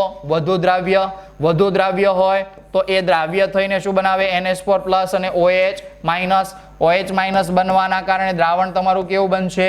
બેઝિક. ત્યાર પછી કીધું એસિડ સાથે પ્રક્રિયા કરે તો એમોનિયમ ક્લોરાઇડ અને H2SO4 સાથે પ્રક્રિયા કરે તો એમોનિયમ સલ્ફેટ બનાવતું હોય છે. ત્યાર પછી આગળ વધીએ.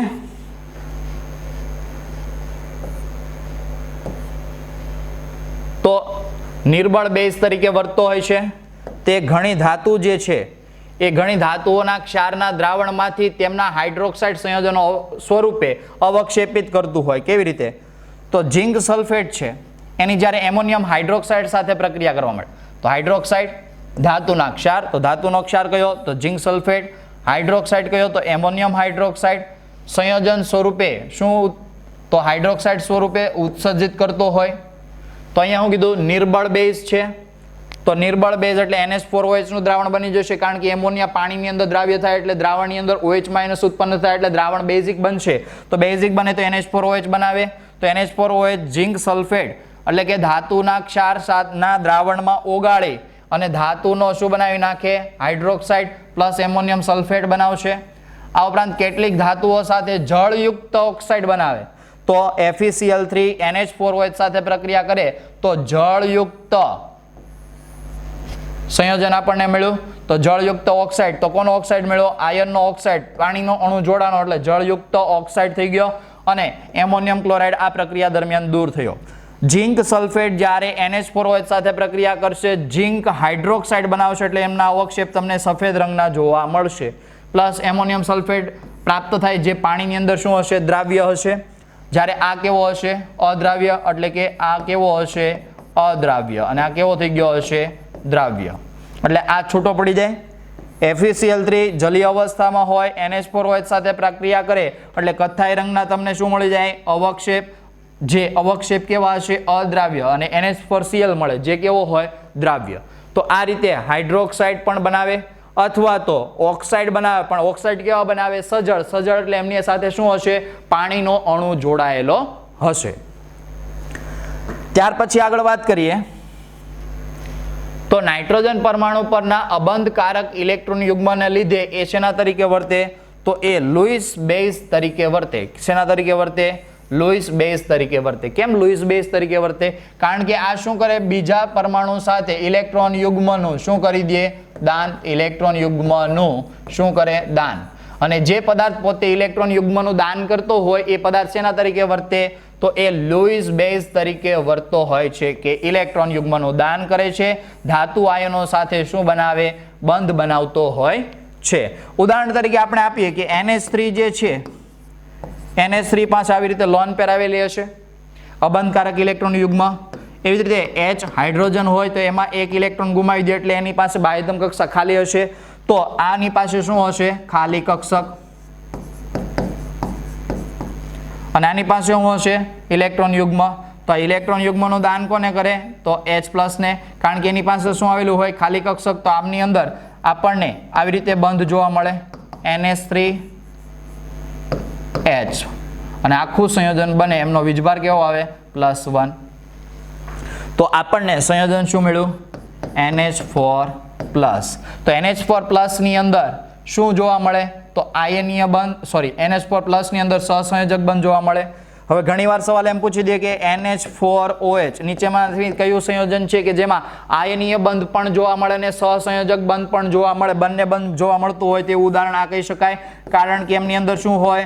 NH4+ OH માઇનસ, ઘણીવાર OH માઇનસ ની જગ્યાએ તમને Cl માઇનસ પણ આપી દે, તો આ બંને વચ્ચે કયો બંધ બનતો હોય? તો આયનીય બંધ. અને NH4+ ની અંદર પાછો કયો બંધ બને? તો સહસંયોજક બંધ. તો આવી રીતે બંને બંધ એમની અંદર જોવા મળતા હોય છે. એમોનિયમના જે સંયોજનો હશે એમની અંદર સહસંયોજક અને આયનીય બંધ બંને જોવા મળતા હોય છે. તો આ બાબત ખાસ ધ્યાન રાખવી.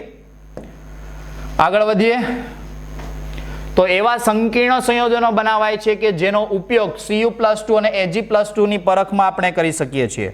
ચલો, તો એવા કયા સંયોજનો? તો Cu+2 જે છે એ એમોનિયા સાથે પ્રક્રિયા કરે તો CuNH3 4+2 કે જેમનો રંગ આપણને કેવો જોવા મળશે? ઘેરો વાદળી રંગનો જોવા મળશે. કે જ્યારે કોપરની એમોનિયા સાથે પ્રક્રિયા કરશો એટલે ઘેરા વાદળી રંગનું સંકીર્ણ સંયોજન મળશે, એટલે કે CuNH3 4+2 પ્રકારનું આપણને સંયોજન મળશે. એવી રીતે AgCl જે છે એ કેવું હશે? તો સફેદ રંગનો અવક્ષેપ હશે. એમની એમોનિયા સાથે પ્રક્રિયા કરો એટલે AgNH3 twice Cl બનાવશે અને એમનો રંગ કેવો થઈ જશે?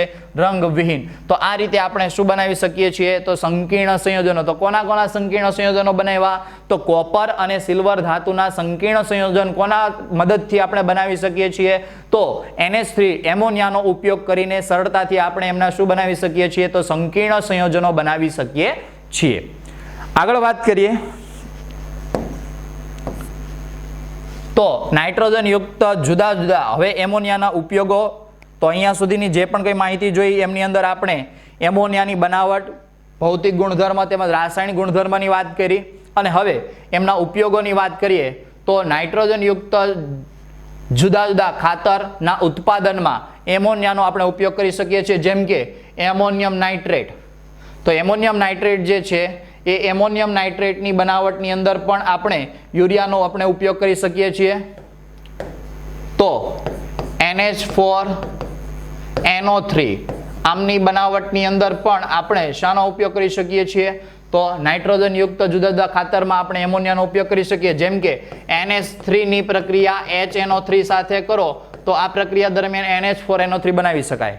આ ઉપરાંત એમોનિયાની પ્રક્રિયા કાર્બન ડાયોક્સાઇડ સાથે કરો તો આપણે શું બનાવી શકીએ છીએ? યુરિયા. આ ઉપરાંત એમોનિયમની પ્રક્રિયા ફોસ્ફરિક એસિડ સાથે કરો તો એમોનિયમ ફોસ્ફેટ બનાવી શકાય. એમોનિયાની પ્રક્રિયા સલ્ફ્યુરિક એસિડ સાથે કરો તો એમોનિયમ સલ્ફેટ બનાવી શકાય છે. આ ઉપરાંત નાઇટ્રોજન યુક્ત કેટલાક અકાર્બનિક સંયોજનોના ઉત્પાદનમાં આપણે એમનો ઉપયોગ કરી શકીએ છીએ કે જેમાં નાઇટ્રિક એસિડ સૌથી અગત્યનો સંયોજન છે. તો એ નાઇટ્રિક એસિડના સંયોજનની બનાવટની અંદર પણ આપણે એમોનિયાનો ઉપયોગ કરી શકીએ છીએ. આ ઉપરાંત પ્રવાહી એમોનિયા પ્રશીતક તરીકે પણ આપણે કોનો ઉપયોગ કરી શકીએ છીએ? એમોનિયાનો ઉપયોગ કરી શકીએ છીએ. ચલો, તો શીતક તરીકે ઉપયોગ કરીએ તો એનું કારણ શું? તો એમોનિયા જે પ્રવાહી સ્વરૂપમાં હશે એ પ્રવાહી સ્વરૂપમાં રહેલા એમોનિયાની બાષ્પાયન એન્થાલ્પીનું મૂલ્ય, કઈ એન્થાલ્પી? બાષ્પાયન એન્થાલ્પીનું મૂલ્ય, બાષ્પાયન એન્થાલ્પી એમનું મૂલ્ય કેવું હશે? વધુ. બાષ્પાયન એન્થાલ્પીનું મૂલ્ય વધુ હોવાના કારણે એમનો ઉપયોગ શીતક તરીકે કરવામાં આવતો હોય છે. તો એમનું મૂલ્ય કેટલું? તો 324 કેલરી પર ગ્રામ. તો આ બાષ્પાયન એન્થાલ્પીનું મૂલ્ય ખૂબ જ ઊંચું જોવા મળે. તો આ બાષ્પાયન એન્થાલ્પીનું ઊંચું મૂલ્ય જોવા મળતું હોવાના કારણે એમનો ઉપયોગ ક્યાં થઈ શકે? તો એમનો ઉપયોગ આપણે પ્રશીતક તરીકે કરી શકતા હોઈએ છીએ.